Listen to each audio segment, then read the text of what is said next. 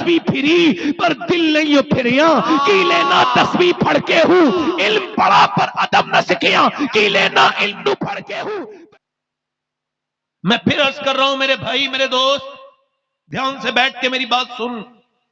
مجھے داد نہ دے, بالکل بھی داد نہ دے, اب نہیں چاہیے داد, بس سن لے میری بات, بس یہ سن لے کہ میں کہنے کے لیے کیا آیا ہوں. بس میں یہ کہنا چاہتا ہوں کہ عورتیں اگر چاہیں تو بچوں کو جہنم سے, بہت اچھے, اگر مرد چاہیں تو اپنے بیٹوں کو جہنم سے. حضور فرماتے ہیں ہر بچہ اپنے باپ کا راز ہوتا ہے. ایک عورت ہے غیر منقسم ہندوستان ہے. اچھا ایک عورت اپنے آدمی کو لے کے جا رہی ہے, وہ کبھی بیچارہ بازار نہیں گیا تھا امی ابا اپنی بہن کے ساتھ, مگر اس کے ساتھ جا رہا ہے. ایک خریدا سامان, دوسرا سامان خریدا, تیسرا سامان خریدا, اور شام تک بیچاری میچنگ کرتی رہی. یہ مظلوم ہاتھ میں بچہ لے کے اس کے پیچھے پیچھے چلتا رہا اور کوئی صورت بھی نہیں تھی فرار کی. شام کو جب شام کو گھر آیا تو اس کی پڑوسن نے کہا کہ تیرا آدمی نہ کبھی اپنی بہن کے ساتھ گیا بازار نہ اپنی ماں کے ساتھ, مگر تو جب کہتی ہے تو چلا جاتا ہے اور پورے دن کے لیے بھی جاتا ہے. تو مجھے تانے دے رہی ہوں, تانے نہیں دے رہی ہوں, سمجھا رہی ہوں. تو اگر اسے بازار لے جا سکتی ہے تو اسے مسجد بھی بھیج سکتی ہے. کیا کہنے, کیا کہنے, زندہ باد زندہ باد. آپ کو تو وہی لطیفے والے مولوی اچھے لگتے ہوں گے نا, جو ہنسا ہنسا کے پیٹ میں درد کر دیتے ہیں. یہ جو ہنس رہے ہیں نا مولوی یہاں ہنسا رہے ہیں, یہ قیامت میں تو نہیں ہنس پائیں گے. یاد رکھنا اس بات کو, کبھی کوئی مولانا صاحب ہنسائے بے تکلف طریقے سے, سمجھ رہے ہو, تو اس سے کہنا کبھی کوئی قرآن پڑھتے پڑھتے ہنستے دیکھا ہے؟ آپ نے دیکھا کبھی؟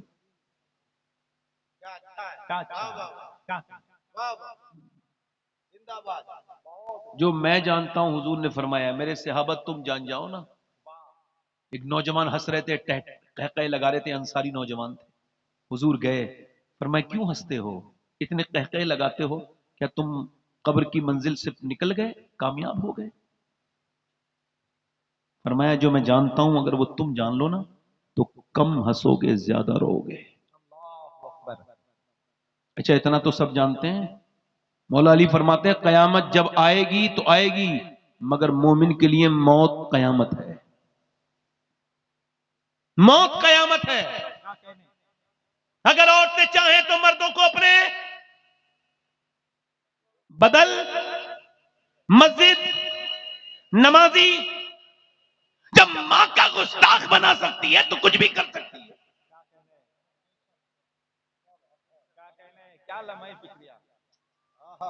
غیر منقسم ہندوستان ہے میری بہنیں سن لیں, تقریر اچھا سنتی ہیں عورتیں, مرد اتنے غور سے نہیں سنتے. میری بہنوں کے اللہ نے صبر بہت دیا ہوتا ہے, یہ بڑی شریف ہوتی ہیں, بڑی نیک ہوتی ہیں. عورتیں سبحان اللہ, اگر کوئی سمجھانے والا ہو تو عورتوں کو ولایت مردوں سے بھی جلدی مل جاتی ہے, چونکہ ان کے پاس جو آنسو ہیں وہ بہت ہے الحمد, اور اللہ کے ساتھ جتنا بھی رشتہ ہے آنسوؤں کا ہے. توجہ کرو میری طرف. ایک غیر منقسم ہندوستان ہے, ایک میاں بیوی ہیں دونوں, ایک چودھری ہیں, ان کے دو بیویاں ہیں.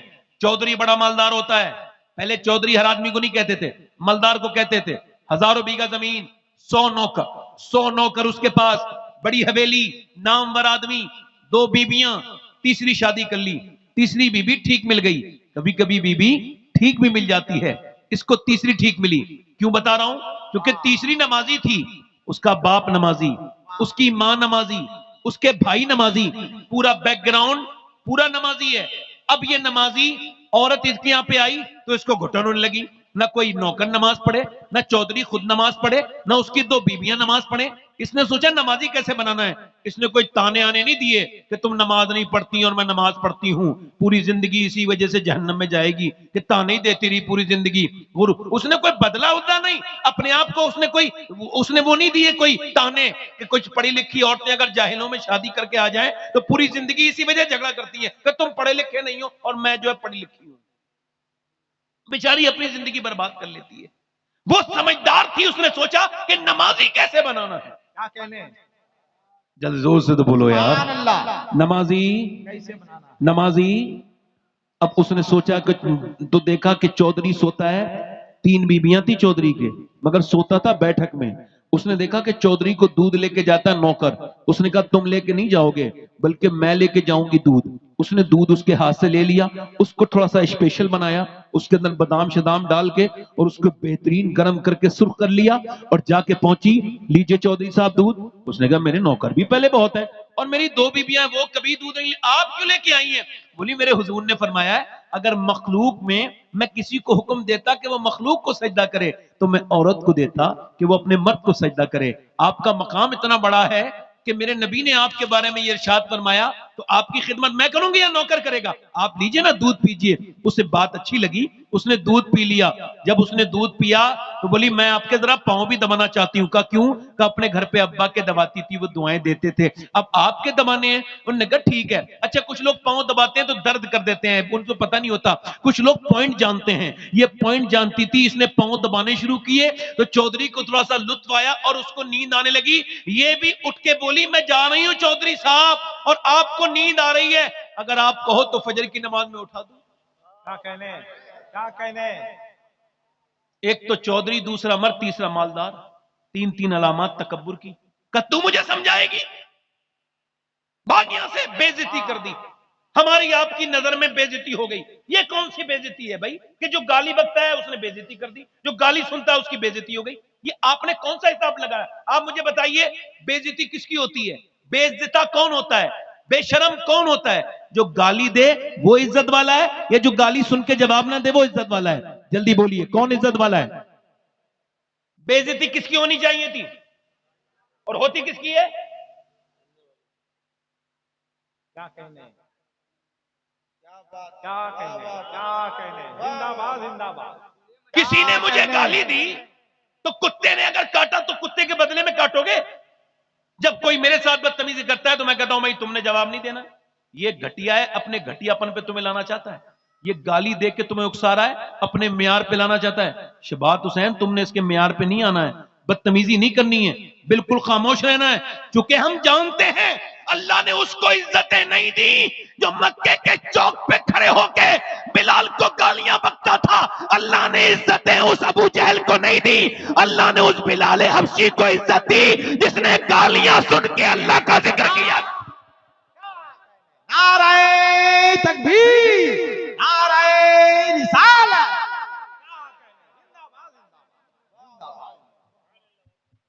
تو جو ہے کہ نہیں میری بات پہ؟ کیا کہنے۔ اب دیکھو اس نے اسے بدتمیزی کی، وہ کچھ نہیں بولی، چلی گئی۔ دوسرے دن پھر آئی۔ اللہ والوں کے راستے بدلتے نہیں، وہ جو سوچ لیتے ہیں کرتے ہیں۔ اب پہنچی دوسرے دن، کہا چودھری صاحب دودھ، پھر نماز کے لیے کہو گی، پھر آ گئی۔ چودھری صاحب چھوڑیے نا، ابھی نماز کی بات بعد میں دیکھتی ہوں، میرا حق تو نہ چھینے۔ اچھا وہ کل والی اس کو یاد تھی پاؤں کے دوانے والی بات، تو اس کو تھوڑا سا اچھا لگا، اس نے کہا ٹھیک ہے، دودھ پیا، پھر لیٹ گیا۔ سمجھا اب تو نہیں کہے گی، لیٹ گیا تو یہ پاؤں دبانے لگی، دباتے دباتے دباتے چودھری موٹا تازی تھا، خراٹے شروع ہوئے۔ جیسی خراٹے شروع ہوئے ویسے ہی چودھری کی بی بی اٹھی اور وہ چودھری کی بی بی پاؤں دباتے دباتے بولی چودھری صاحب آپ کو نیند آئی، میں بھی تھک گئی ہوں، جا رہی ہوں سونے۔ اگر برا نہ مانے میرے سرتاج، غصہ نہ کریں، جلال نہ فرمائیں تو صبح فجر میں اٹھا دوں، آؤ دیکھا نہ تاؤ۔ چودھری نے زور سے لات ماری، اس کا منہ لگا پائے میں چارپائی کے، اور اس کے بعد دوسری لات ماری تو نیچے گر گئی، منہ سے خون کے لتھڑے گرنے لگے، مگر ایک لفظ نہیں بولی۔ نہ جانے کتنی نیک ماں کی اولاد تھی، کیسی ماں ہوگی جس نے ایسی لڑکی کی پرورش کی، نہ جانے وہ باپ کتنا شریف ہوگا۔ ایک لفظ نہیں بولی، میں تو تجھے نمازی بنانا چاہتی ہوں، مجھے مارتا ہے، بلکہ سہ کے ظلم برتن اٹھا کے چلی گئی، نکل گئی، کچھ نہ بولی، مگر راستہ نہ بدلا، پھر آتی رہی، پھر جاتی رہی۔ ایک کئی ہفتے کے بعد چودھری کے دل میں رحم آیا، کہنے لگا روز گالی دیتا ہوں، مارتا ہوں، چودھری کی بیٹی ہے، تو عام آدمی کی بیٹی نہیں، تجھے کیا ذلت اٹھاتی ہے، بیٹی ہے پھر بھی کیوں آتی ہے، آخر بات کیا ہے؟ میں تجھے مار کے بھگاتا ہوں، گالی دیتا ہوں پھر بھی آتی ہے، کیا بات ہے آخر بتا۔ بولی چودھری صاحب نمک حرام نہیں ہوں، نمک حلال ہوں، کا کیا مطلب؟ کہ تم جہنم میں جاؤ گے، میں تمہارا نمک کھاتی ہوں، کیسے برداشت کروں گی؟ میرے نبی فرماتے ہیں قیامت کے دن بے نمازی فرعون کے ساتھ کھڑا ہوگا، نمرود کے ساتھ کھڑا ہوگا۔ میرے نبی فرماتے ہیں جب بے نمازی کی موت آئے گی، اتنا پیاسا ہوگا ساتوں سمندر کا پانی پی لے پھر بھی اس کی پیاس نہیں بجھ سکتی۔ اے میرے سرتاج، بے نمازی برباد ہے، بیکار ہے، اور اگر آپ بے نمازی رہو گے تو میری آنے والے بچے بھی بے نمازی ہوں گے۔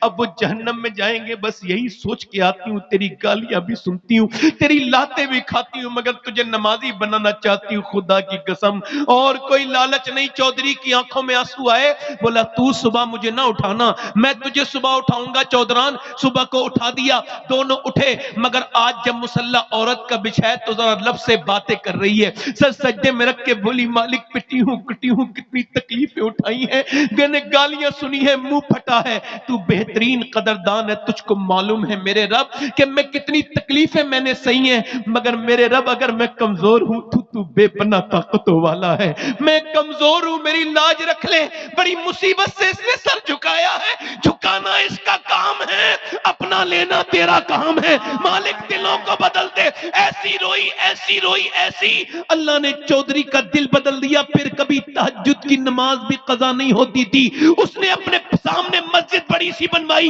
بہترین مسجد بنوائی، بہترین مدرسہ بنوایا، اور میاں اس کے سارے نوکر نمازی، اس کی بیوی بچے سب نمازی، پورا گھر نمازی۔ اور جب ان دونوں میاں بیوی کے درمیان بچہ پیدا ہوا تو کوئی عام بچہ نہیں تھا، بلکہ قطب الاقطاب سلطان محمد باہو تھا، جس نے کہا تھا تسبیح پھری پر دل نہیں پھریا، کی لینا تسبیح پڑھ کے ہوں، علم پڑھا پر ادب نہ سکھیا، کی لینا علم نو پڑھ کے ہوں۔ تو اس کا پیغام دنیا کو یہ جاتا ہے کہ اگر ماں باپ نیک ہو جائیں تو بچے نیک نہیں بلکہ اللہ کے ولی بن کے پیدا ہوتے ہیں۔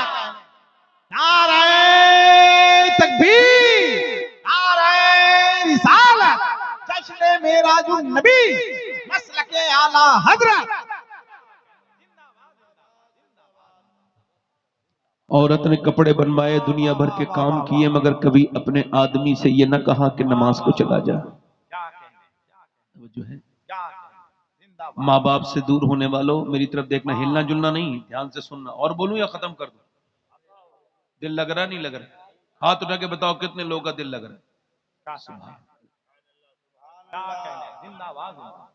اب سنو میری بات۔ سبحان اللہ، سبحان اللہ۔ ڈاکٹر اقبال کہتا ہے کہ حسین ابن علی نے کربلا کے میدان میں حق ادا کر دیا۔ لوگ مجھ سے کہتے ہیں، اقبال کہتا ہے جب لوگ مجھ سے کہتے ہیں کربلا کے میدان میں حسین ابن علی نے حق ادا کر دیا، تو میں ان سے کہتا ہوں یہ کہانی یہاں سے شروع نہیں ہوئی، اتنی آدھی بات نہ کہو، پوری بات یہ ہے کہ پہلے مدینے میں علی نے باپ ہونے کا حق ادا کیا، فاطمہ نے ماں ہونے کا حق ادا کیا، پھر حسین نے کربلا میں حق ادا کیا۔